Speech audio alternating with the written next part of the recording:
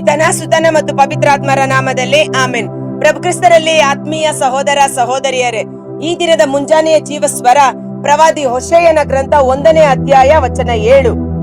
ಯೆಹೂದ್ಯ ಮನೆತನದವರನ್ನು ಪ್ರೀತಿಸಿ ಉದ್ಧರಿಸುವೆನು.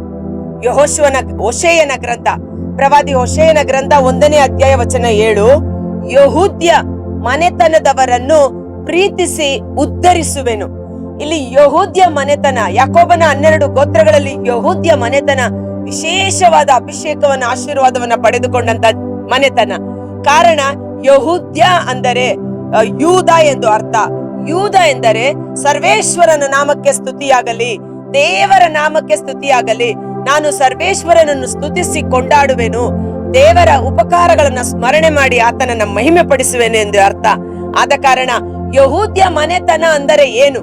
ಯಾರೆಲ್ಲ ದೇವರನ್ನ ಸ್ತುತಿಸಿ ಮಹಿಮೆ ಪಡಿಸಿ ಆರಾಧಿಸುತ್ತಾರೋ, ದೇವರ ಶಕ್ತಿಯನ್ನೇ ಆಶ್ರಯಿಸಿಕೊಳ್ಳುತ್ತಾರೋ, ನನ್ನ ಸಹಾಯ ಬರುವುದಾದರೂ ಮೇಲಿನಿಂದಲೇ ಎಂದು ದೇವರಿಗೆ ಮಹಿಮೆಯನ್ನ ಸಲ್ಲಿಸುತ್ತಾರೋ ಅವರೇ ಯೆಹೂದ್ಯರಾಗಿದ್ದಾರೆ. ಇಂದು 2 ಕರಗಳನ್ನ ಸ್ವರ್ಗದೆಡೆಗೆ ಎತ್ತಿ ದೇವರನ್ನ ಸ್ತುತಿಸಿ ಯೇಸುವಿನ ನಾಮವನ್ನ ಮಹಿಮೆ ಪಡಿಸುವ ಪ್ರತಿಯೊಬ್ಬರು ಧನ್ಯರು, ಭಾಗ್ಯವಂತರು, ರಕ್ಷಿಸಲ್ಪಟ್ಟವರು, ಆಶೀರ್ವಾದಕ್ಕೆ ಬಾಧ್ಯಸ್ಥರಾಗಿದ್ದಾರೆ. ಕಾರಣ ದೇವರ ವಾಕ್ಯ ಹೇಳುತ್ತೆ, ಯೇಸುವಿನ ನಾಮವನ್ನ ಕೂಗಿ ಕರೆಯುವ ಪ್ರತಿಯೊಬ್ಬನು ಜೀವೋದ್ಧಾರವನ್ನು, ರಕ್ಷಣೆಯನ್ನು, ಬಿಡುಗಡೆಯನ್ನು, ಸೌಖ್ಯವನ್ನು ಹೊಂದಿಕೊಳ್ಳುತ್ತಾನೆ. ಹೇಗೆ? ಯೇಸು ನಾಮ ಕೂಗಿ ಕರೆದರೆ ಸಾಕಾ? ಹೌದು. ನೀನು ಹೃದಯದಲ್ಲಿ ವಿಶ್ವಾಸಿಸಿ ಯೇಸು ನಾಮವನ್ನ ಕೂಗಿ ಕರೆದರೆ, ಯೆಹೂದ್ಯ ಅಂದರೆ ಸ್ತುತಿಸುವವನು, ಸ್ತುತಿ ಅಂದರೆ ಯೇಸುವಿನ ಸ್ತುತಿ. ಯೇಸುವಿನ ಸ್ತುತಿ ಅಂದರೆ ಏನು? ನನಗಾಗಿ ಪ್ರಭು ಯೇಸು ಕಲ್ವಾರಿ ಶಿಲುಬೆ ಮೇಲೆ ಮರಣ ಹೊಂದಿ ನನ್ನ ಸಕಲ ಪಾಪ ಅಪರಾಧಗಳನ್ನ ಕ್ಷಮಿಸಿ ಅವರ ರಕ್ತದಿಂದ ನನ್ನನ್ನು ಕ್ರಯಕ್ಕೆ ಕೊಂಡುಕೊಂಡಿದ್ದಾರೆ.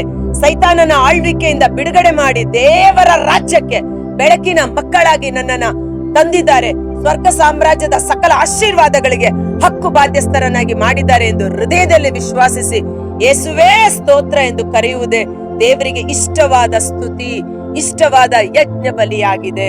ಆದ ಕಾರಣ ಇಲ್ಲಿ ದೇವರ ವಾಕ್ಯ ಹೇಳುತ್ತೆ, ಕಾಲವೊಂದು ಬರುವುದು, ಆ ದಿನದಲ್ಲಿ ಯೆಹೂದ್ಯ ಮನೆತನದವರನ್ನು ನಾನು ಪ್ರೀತಿಸಿ ಅವರನ್ನ ಉದ್ಧರಿಸುವೆನು, ಅವರನ್ನ ರಕ್ಷಿಸುವೆನು. ಹೇಗೆ?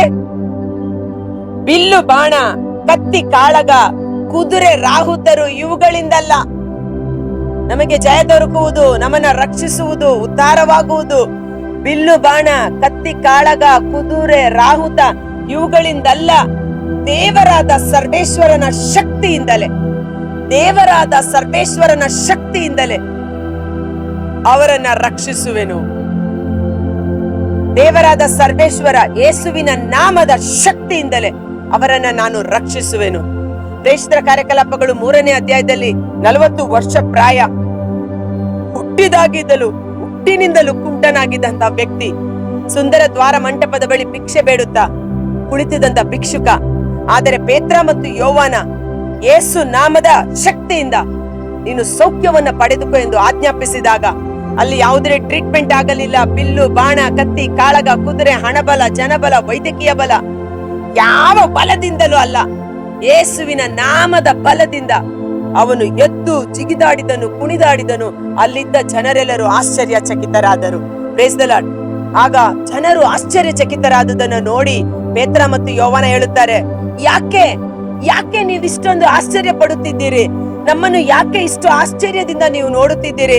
ನಮ್ಮ ಸ್ವಂತ ಶಕ್ತಿ, ಸಾಮರ್ಥ್ಯ, ಬಲದಿಂದಲ್ಲ ಈ ರೋಗಿಯನ್ನ ಗುಣಪಡಿಸಿದ್ದು, ಯೇಸುವಿನ ನಾಮದ ಶಕ್ತಿಯಿಂದಲೇ, ಯೇಸುವಿನ ನಾಮದ ಮೇಲೆ ಈತ ಇಟ್ಟ ನಂಬಿಕೆಯಿಂದಲೇ ಇವನು ಪೂರ್ಣ ಸುಕ್ಷೇಮವನ್ನ, ಸೌಖ್ಯವನ್ನ ಹೊಂದಿಕೊಳ್ಳುವಂತೆ ಮಾಡಿದೆ ಎಂಬುದಾಗಿ. ಹೌದು ಪ್ರಿಯ ಸಹೋದರ ಸಹೋದರಿ, ಇಂದು ನಮ್ಮಲ್ಲಿರುವ ಶ್ರೇಷ್ಠ ಆಯುಧ ಯೇಸುವಿನ ನಾಮದ ಶಕ್ತಿ.